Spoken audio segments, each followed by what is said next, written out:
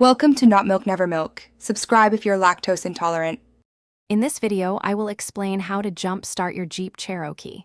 First, gather your safety gear like gloves and eye protection.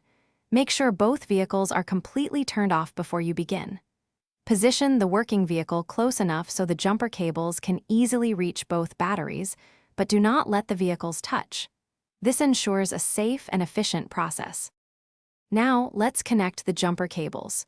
Take one red positive clamp and securely attach it to the positive terminal of the dead battery on your Jeep. Next, connect the other red positive clamp to the positive terminal of the working vehicle's battery. Then, take one black negative clamp and connect it to the negative terminal of the good battery. These steps establish the initial power flow. Now, take the remaining black clamp and attach it to an unpainted metal surface on the engine block or frame of the dead Jeep, away from the battery. This creates a ground connection. Once all cables are securely connected, start the working vehicle and let it run for about 5 minutes.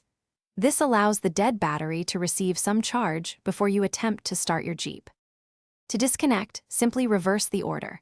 Remove the black clamp from the dead Jeep's frame, then the black from the good battery, followed by the red from the good battery, and finally the red from the dead battery. Drive your Jeep for at least 20 minutes to fully recharge the battery.